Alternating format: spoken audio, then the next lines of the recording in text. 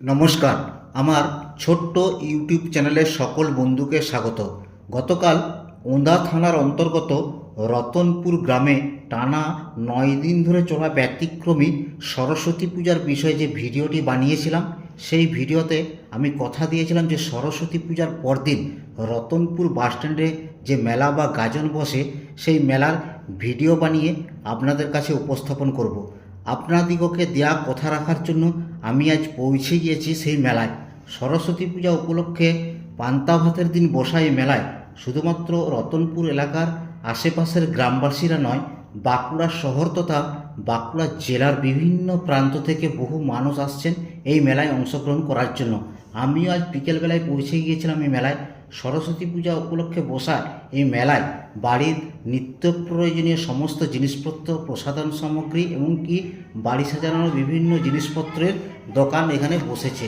তো এখানে আগত মানুষরা বাড়ির নিত্য প্রয়োজনীয় জিনিসপত্র এইসব দোকান থেকে সংগ্রহ করেন।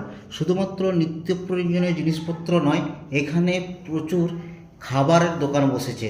সেই দোকানে মূলত আমরা মেলা কী কারণে যাই, যে জিনিসপত্র কেনা এবং বিভিন্ন মুখরোচক খাবার খাওয়ার জন্য আমরা যাই।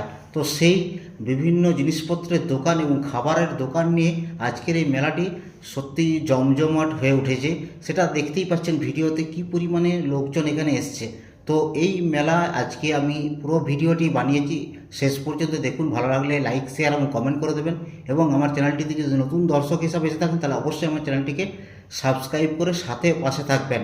আরেকটি বিষয়, এখানকার এই আজকের মেলার মূল আকর্ষণ ছিল মোরগ লড়াই। সেটি ভিডিওর শেষ অংশে আপনারা দেখতে পাবেন। তো শেষ পর্যন্ত ভিডিওটি দেখুন এবং ভালো লাগলে লাইক, শেয়ার এবং কমেন্ট করে দেবেন। এবং যদি আমার চ্যানেলটিতে নতুন দর্শক হিসাবে এসে থাকেন, তাহলে অবশ্যই আমার চ্যানেলটিকে সাবস্ক্রাইব করে দেবেন। দেখে নিন পুরো ভিডিওটি, এই মেলার যে দৃশ্য।